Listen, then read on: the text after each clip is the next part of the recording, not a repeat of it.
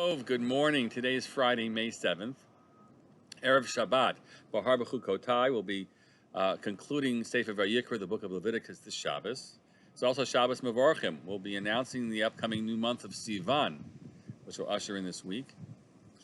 And with it, we'll also be reading the fifth parak, studying the fifth chapter of Pirkei Avot, which, if you've been following along with me this past week, we've been studying each morning in our daily dose of Torah.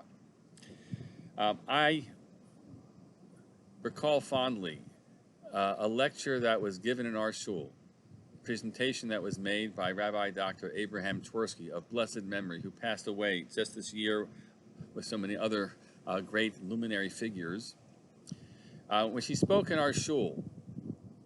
And one of the takeaways, one of the sort of the key reminders that I have of that visit was a teaching of the Kutzker Rebbe that he shared about fish love. Fish love. What is that teaching?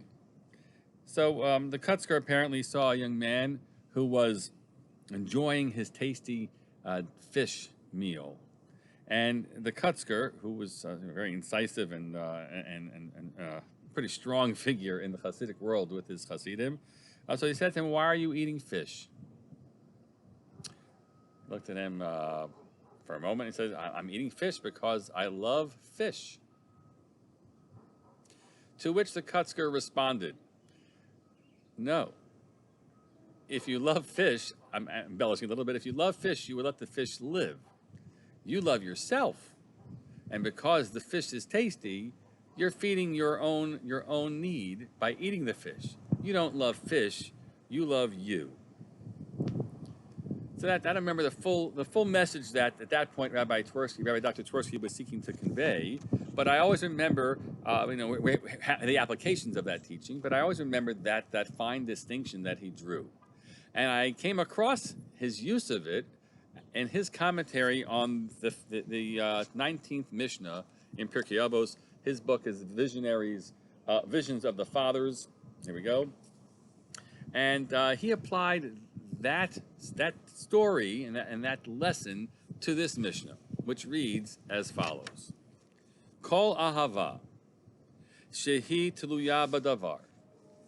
Any love that is dependent on something specific, batel davar, when that specific thing no longer exists, if it ceases, it's gone. But betela ahava, the love is also gone.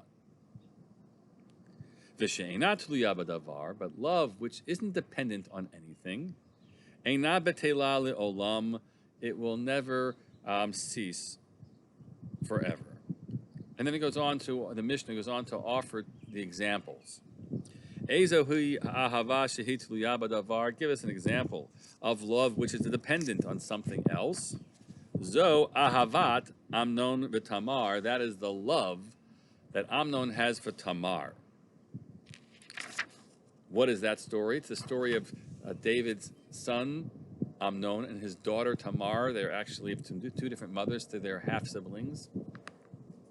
It's a terrible, tragic story for Tamar and for everyone involved. Amnon seems to be infatuated with Tamar, and he sets it up that she will come and to care for him, and then he forces himself upon her. It's a terrible story, and then ultimately he is killed by his other brother.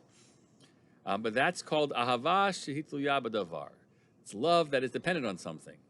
It's really an infatuation. He thinks it's love, and then he gratifies himself, and then it goes on to describe in that story that he hates her. There's hatred he has towards her.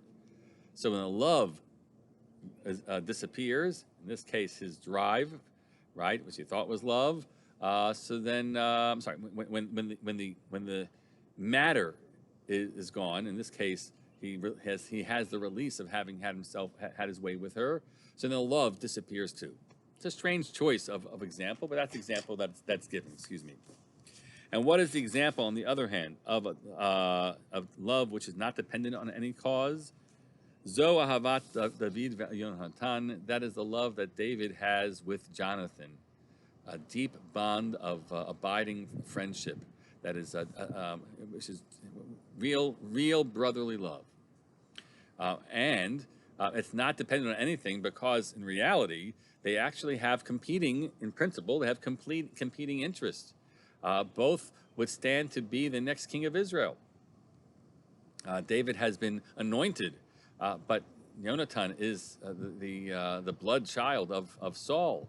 And they should find themselves unable to be friends with one another, and clearly then their friendship surpasses and has nothing to do with the interests of the world. It's just the true bond of love between them. So Dr. Twersky invokes fish love and says the first example is fish love. That's what ahava shehit tluya badavar, love which is dependent on something. In the end, it's a self-centered love, a self-centered love. It's about I love you, but really loving myself. Whereas the other one is devotional love. He uses that terminology, and that our society needs more devotional love, what it means to be devoted to someone else because of who they are. I actually would use a different distinction here in looking at this Mishnah. And in my mind, as I see it, the first davar, the description of love which is dependent on something, is what we might refer to as a transactional relationship. Transactional. This relationship exists because there's something that I am receiving, or that you're receiving, from the relationship. And many relationships are fine as transactional. It doesn't have to be something which is ugly, as the story of Amnon and Tamar is. But you should understand that what it is just that. It's about transactions. And we know what happens when the interests change, the benefit has been received or the benefit is lost. So we shouldn't expect anything to remain from that relationship, because it really sat not in the relationship, but in the transaction. When you have an essential relationship, one which is about a bond of one person and the other, it could have even started from transactions. It might have. But if it moves beyond that to something more profound and something more core, that I love you as a friend, I love you as a spouse. So that is the enduring relationship. And when interests change, it might create bumpy elements to a relationship, but because the bedrock of the relationship isn't about the transaction or the interest, but it's about you and me, and me and you, or you and the other, that endures. That endures.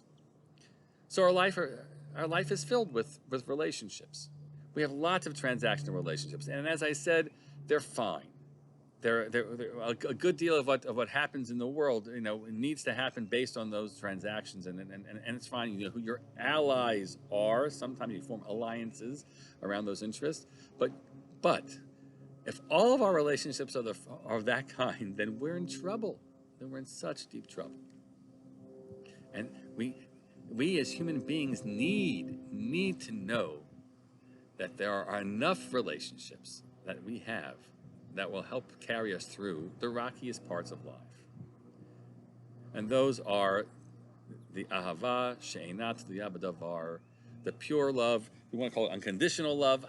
Yes, you can call that unconditional love, in the sense that it's not conditioned on what's being received or what's being given. That's ultimately how our world thrives, how humans thrive. May we all be blessed to have such relationships. You look towards right now the alliances that are forming and not forming, and building a coalition or not a coalition in Israel and political world, as they want to make this government happen. First, Netanyahu had his chance, and now the others, the anti-Netanyahu-ness, they'll have their chance. So many of those relationships are really transactional. And so let's not learn the lesson from what might have to happen, might have to happen in governments. You hope and you pray that whatever transactional relationship exists, there'll be enough of bonds, of sense of unity, of national interest, perhaps even informed by some of the tragedies of the past week that remind us about our interconnectedness between all the Jewish people.